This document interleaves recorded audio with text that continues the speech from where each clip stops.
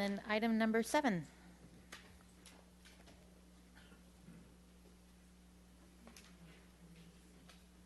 Item 7, drought update and resolution regarding grant application requirements for the Federal Bureau of Reclamation. Mr. Hagmark. Madam Mayor, council members, Joshua Hagmark, Water Resources Manager, here today to provide another update on the status of the drought. Unlike previous updates, this has got a little more positive tone to it. I hope you will indulge me on some of the better news that I have today.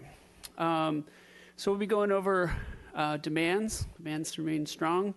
Our general water supply from all of our various supplies. And then, of course, we'll be talking a little about drought funding and then where we are with our water rate development and conservation. So rainfall for the water year now is looking very impressive. We've had 29 inches of rain at Gibraltar.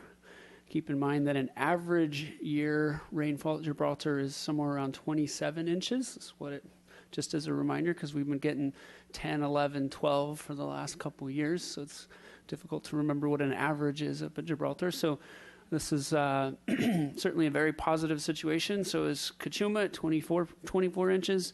And then downtown Santa Barbara at almost 25 inches. Average for Santa Barbara is about 18. We call it the one-hit wonder. So this storm started Thursday night, February 16th.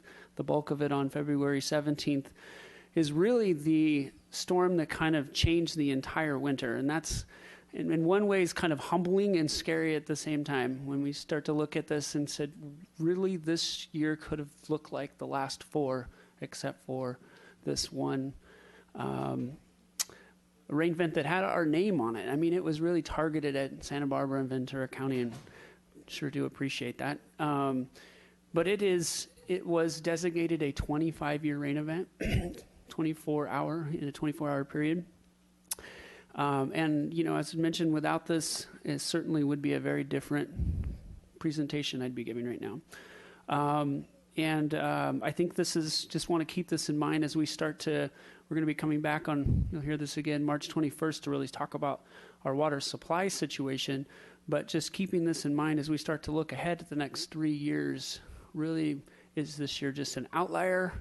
Or is this really a change in what we might be seeing in the future? That's the question we'll need to answer. So what that storm did for us is it moved us from exceptional drought to severe drought. It doesn't sound like an improvement, does it, to say that we're now in severe drought, and that's an improvement, but and it pretty much is isolated to Santa Barbara and Ventura County now.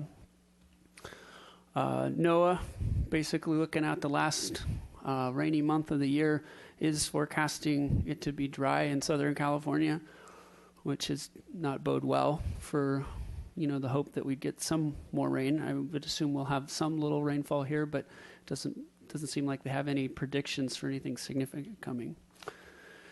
Demands remain kind of a mixed bag. I apologize I wasn't able to get February's in here. The data just wasn't in yet to kind of finalize. But for conservation in January is about 30%. This is still a strong effort for January, just keeping in mind that there wasn't much discretionary water use in January, so it's difficult to really build a strong conservation in that month. And as you might remember, January was fairly wet.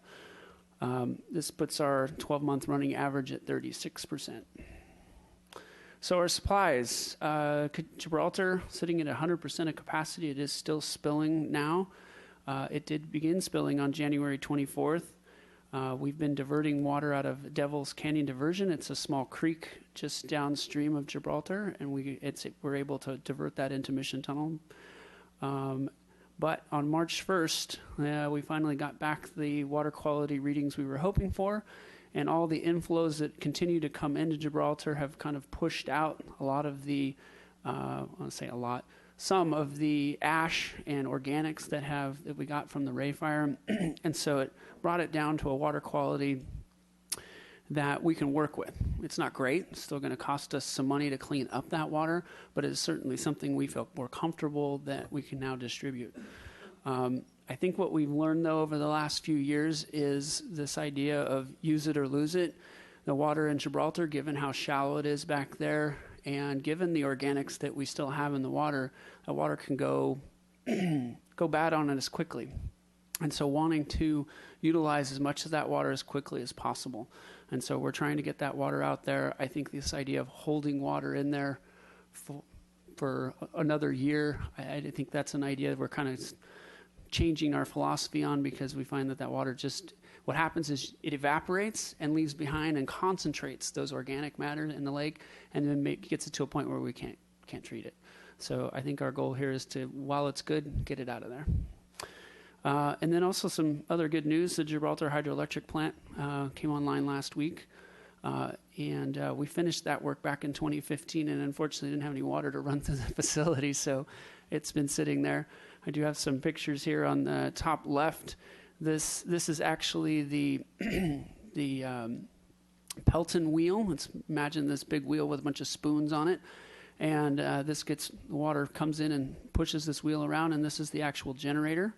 And here's like a little screenshot showing the water coming down from Mission Tunnel, and it pushes this wheel here around, and then eventually ends up in Laurel Reservoir, which is our forebay before it goes into our Cater Water Treatment Plant. We anticipate the facility will produce about up to 1,875 acre-feet or megawatts an hour per year. Unfortunately, that assumes we have abundance of water that keeps coming down. When it is producing, we could produce enough electricity for about 300 homes. And it's estimated if we have it operating for a full year, it could produce up to 210,000. We believe with the water that we have in there right now, and it's likely that it may be more around 100,000 that we'll be able to produce before we'd be out of water at this point. Lake Cachuma is sitting at about 91,000 acre-feet, or 47% of capacity. The county has revised their numbers. They believe that based on the current rainfall, they think the reservoir is going to continue to come up somewhere around 96,000, they think is what it should come up to. And then again, if we get any additional storms, it'll just add to that. As we talked about in the past, not all that water belongs to the project or the member units. There is a good chunk of that belongs to the downstream users. And in fact, we met yesterday with the Bureau of Reclamation to start talking about an allocation. We appreciated that they felt our urgency and are working towards trying to get us an allocation by the first part of April, which was glad to hear that, because usually they take about 2 months. I think May usually before they get around to it. So we were pleased to hear that they understand the urgency of the matter. Roughly speaking, and again, we don't have final numbers, we believe there's somewhere between 30 and 40,000 acre-feet of water in there to be allocated. And whether that's allocated in 1 year or over 2 years, I think we're continuing to talk about how that happens. So in a full year allocation, it's about 25,000 acre-feet as a full year's allocation, and I think the Bureau is interested in spreading that over at least 2 years in this case. Mr. White has a question. Thank you, Madam Mayor. How does this fit in with the imported water that's in Cachuma? Could you talk to us about that, please? Madam Mayor, Councilmember White, thank you. Part of that 91,000, there's about 5,000 or 6,000 acre-feet of state water that is now stored in the lake that makes up part of that 91,000. So, and we continue to pump water into the lake, and the pipeline at this point, it continues to be full of imported water, and so we're also maximizing and building that account as well. But that's not part of the allocation you're talking about. Right. We're taking that imported water, that's ours as it comes in, and we can use it as just part of your day-to-day management. Is that right? That's correct. Okay, thank you. And then I wanted to touch, you probably heard the emergency pump barge has been pulled off of the lake and has been set over to the side, and will be talking about that at the COME meetings as to what our next steps are with that. Whether we completely let it go, whether we potentially purchase the piece of equipment. These are all the discussions we're talking about. If the drought returns and we need to put it back out there, what do we want to do? Graphic we've showed in the past, just kind of showing where the lake level is as compared to the 86 to 93 drought. You'll notice this was, let's see, right here was the miracle month of March, which we missed last year. And we've gotten something very similar to that this time around.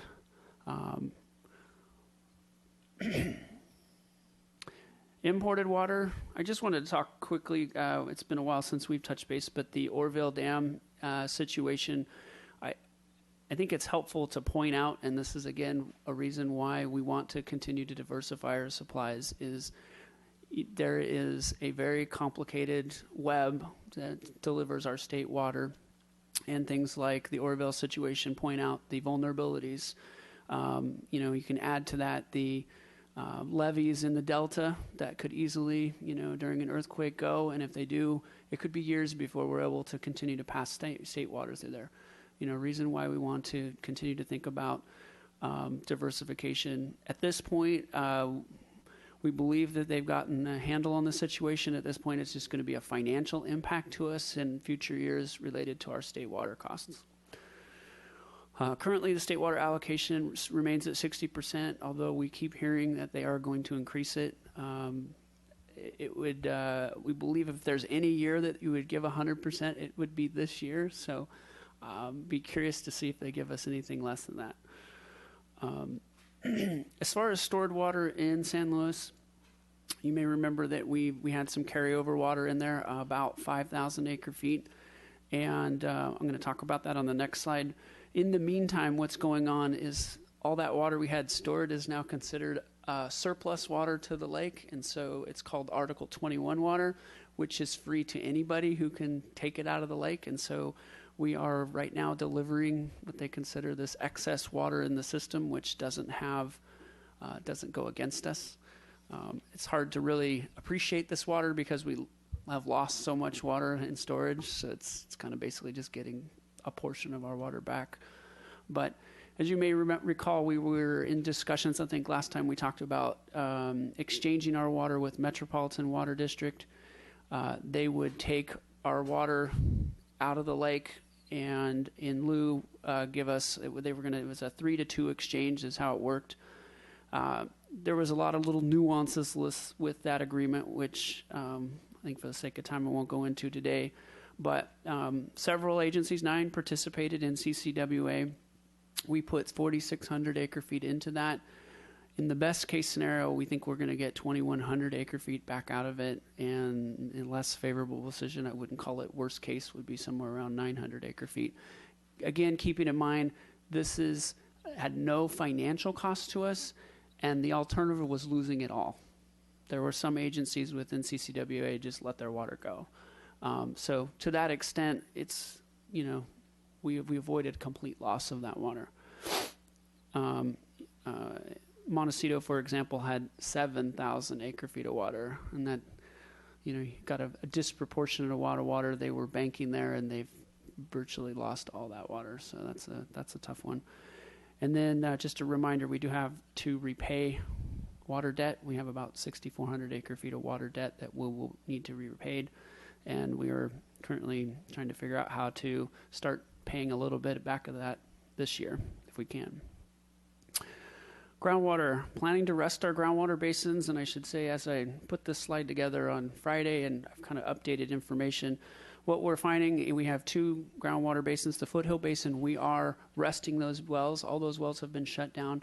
But as far as storage unit 1, as you recall, we use the Ortega groundwater treatment plant. And in order to keep that treatment plant viable, we need to keep some flow going through there. And so there will be some minimal amount of groundwater being pumped just to keep that facility in a ready state.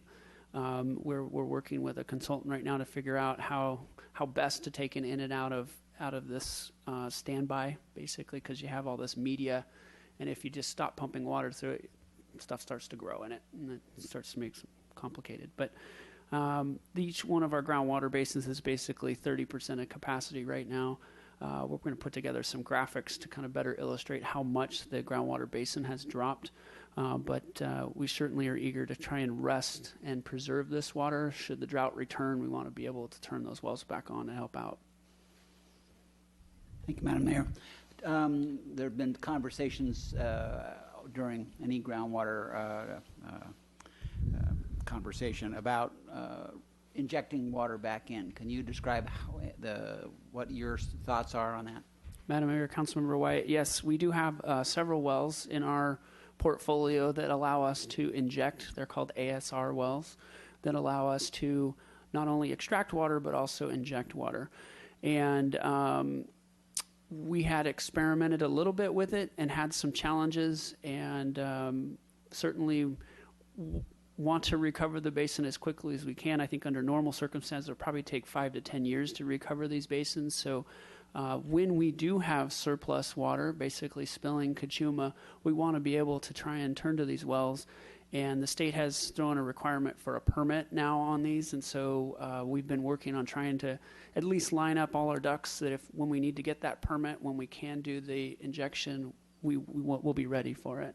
But just to kind of caveat, there's some challenges to it. There's a lot of chemistry to making sure that the water you're putting down there doesn't block up or do any damage to the groundwater aquifer that's feeding it, and so it's not as necessarily as easy or simple as it sounds, but I think when we have that surplus water in our reservoirs, it's a good way to maximize the use of that water and put some of it back in the groundwater basin. And the Gibraltar water, which wouldn't that be considered surplus at this point? I mean, it's not surplus, but it's flowing over the dam, so can we not divert some of that and use that at this point?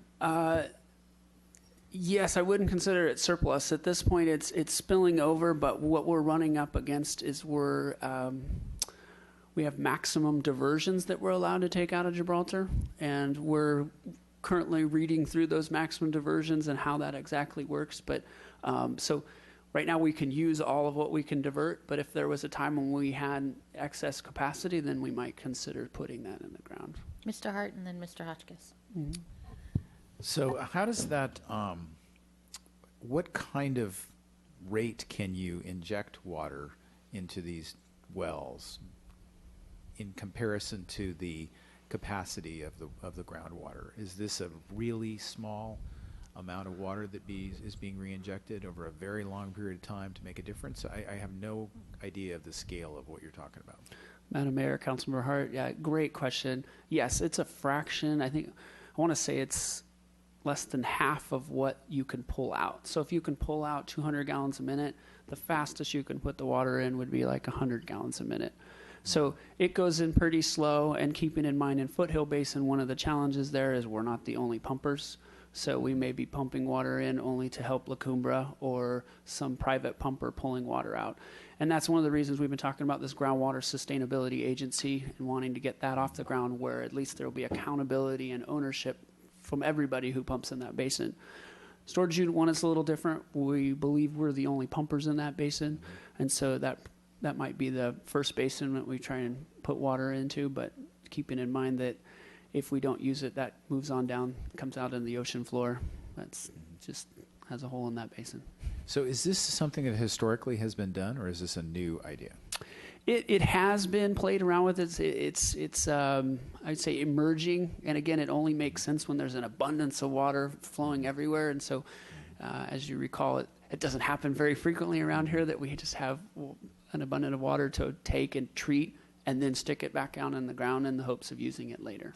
So really the event you're talking about is when Cachuma is spilling. Yeah, we're talking about maybe a 4 or 5 month period where Cachuma's full, it's spilling, there's a surplus of water in the system. We would do that. And there's extra capacity in the tunnel to bring that water over to the south side Yeah. of the mountains and Yes. then use it for this purpose. Mhm. And the reservoirs have the capacity to store that water and then plummet into these wells as you described, or is it just Yeah. okay? Yeah. All right, thank you. Mr. Hotchkiss? A question based on ignorance here. Of the water spilling out of Gibraltar, does 100% of that end up in Cachuma, or is a lot lost in evaporation? Madam Mayor, Councilmember Hotchkiss, a good portion at this point ends up in Gibraltar and Cachuma. In Cachuma. Did we lose any capacity in either Gibraltar or Cachuma to siltation Yes. We don't, we just about... as a result of this recent event? We don't know yet. We expect to lose about 500 acre feet of capacity in Gibraltar as a result of the recent fire. It'll probably take a couple years for us, that 500 acre feet, to show itself. But we did have a bathymetric survey done about 2 years ago, and it hasn't rained much, so that what gave us the baseline of about 5,300 acre feet of capacity. And so we will likely do another one in another year or two, and that will kind of help us understand how much the Ray fire impacted our storage. But you don't think it's going to be great? You said 500 That's quite a bit. acre feet? 10%. Okay, thank Yeah. you very much. Yeah. Desal, work continues down there. Pump A was started up February 6th, and on February 14th they got the Pump B in, and those have been on and off as they continue to troubleshoot, just as what we'd expect through most startups. And they're currently undergoing testing, and right now expecting production sometime in probably mid to late April is the current timing, but we'll continue to provide updates on that. We're currently not providing tours yet. There's still a lot of activity down there, and we want them to stay focused on getting this facility up and running, because as you will see when we talk on March 21st, DSouth still is going to play a critical role in meeting our water supply needs going forward. So, water supply strategy. This is kind of just a flavor of what we're going to talk about on the 21st. And as I mentioned, it is premature to celebrate just yet. But what we're going to be doing is basically a stress test. We need to show and demonstrate to the state that we have adequate water and adequate conservation to get us through 3 years of continued drought. So basically we have to assume that what rainfall we've gotten is all we're going to get, and we're going to see 2014 and 2015 come back again. So what do we need to do to get through those next 3 years? That is the conservation level that we'll need to adopt then going forward. And so we'll be coming back. We're still gathering data at this point. Cachuma allocation is a big piece to that puzzle. We feel strongly that the turf grass ban can be rolled back. The question is, when we roll it back together, are we rolling it back and our conservation is now 35%? Are we talking 30? Are we talking 25? Those are the questions that we're still trying to get answered, and hopefully we'll have a better idea on March 21st. There may still be some outstanding issues after March 21st, but hopefully we'll be able to package that up through something that you can all chime in on, and we can get some direction going forward. And again, we'll continue to build state water up in Cachuma. We believe that's a prudent thing to do at this time to continue to have local water for us. So as part of your package today, one of the things that's come up, and I think we've talked about this a while ago, is the USBR has a grant, Water Smart grant, roughly for maximum of $750,000. It's a 50-50 match, and at this point we just wanted to put our project in the running for potential funding for the conveyance pipeline. No harm, no foul at this point, and we don't know how many other applicants are going to be going after the money, and we figure every little bit helps. It's we certainly wish the grant. I think there's a total of $2 million available, so it's not a whole lot of money there to begin with. So that's part of your package today, and recommendation. And now, as far as water rates, I think lessons learned from the past years, what we're trying to do here is slow it down. Let's make our water supply decisions here and then feed those into the rates. That way we don't have to over-noticed rates, inflate them based on a bunch of different scenarios. And so what it does, slow it down, and it does not time nicely with our fiscal year, which is the one challenge. We're going to lose about a month's worth of revenue at this new at the new level, whatever it ends up being. So what we're talking about doing is having this water supply discussion with you all on March 21st. Hopefully we'll have enough in that. We might have to come back in April and have a little bit more of a discussion, but ultimately give direction to our rate consultant to, here's what you're designing our rates around, here's the supply scenario. And then May, June, seek council's approval for the rate notice, have a public hearing, and ultimately adopt sometime around August 1st. certainly before the break in August, late August, adopt those rates. Wastewater, on the other hand, that's going to follow standard process with a public hearing in June, along with trash rates. So that's kind of just the picture. Water conservation, very simple message, one slide.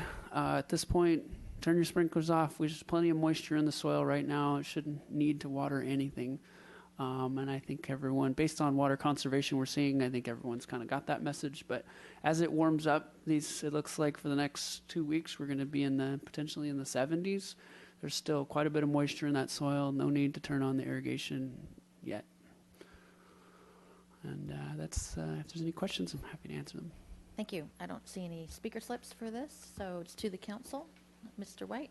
Well, Madam Mayor, I'd make the motion asked by staff that the council approve the resolution authorizing submittal of the grant application as described. Okay, moved by White, second by Dominguez. Kudos on the hydroelectric plant working, so that past work was ready to go when the water came, so that's really exciting. Mr. Hart? And I just want to make sure that it was clear what you were talking about the turf ban, that at this point, given what you know, the odds are that on March 21st, you're going to recommend rolling that back, so people should leave their lawns unwatered for the interim time period, but that there probably is light at the end of the tunnel in that regard coming up in March. Yes, that is correct. You recall we were moving down the path with the turf grass ban to meet a peaking issue that we saw coming, and that was due to a lack of being able to get water here during that late summertime. We feel at this point we have an adequate water to meet the peaking needs now, and so as we said before, we feel that's adequate to be able to pull back. I think we'd want to combine it all into one simple message, which is we're coming back and we're going to be going to this. And so I think generally the timing will be sometime in April, and I really do feel that there's quite a bit of moisture out there already. I feel most people's turf grass should be able to make it through April. So I think no one should be put out by being able to roll it back then. Well, I think that's really clear and helpful. Thank you. Mr. Rouse? And further on the turf ban, so if we do roll back, we could do it in a phased way. We could do it like watering days and non-watering days, that type of thing. We could do a hybrid as opposed to an all or nothing. Does that make any sense when it comes to that kind of conservation? We've looked at that. There are some agencies think that's a great idea. The challenge we find is that people often water when they don't water just because that's their day to water. And so we haven't found that really to be a good solution for our community, but we can certainly talk about those various options, but we'd likely just pull back and hold on to probably some of the regulations that we had previously. Mm-hmm. Mr. Hotchkiss? Just to add to that, I think that the confusion among both not only property owners but neighbors would be significant, and it wouldn't be a good idea to try to do an alternate day or even days or whatever. Could be a day that ends in Y. Oh, sorry. Okay, we have a motion and a second. All in favor? Aye. That's unanimous. Thank you.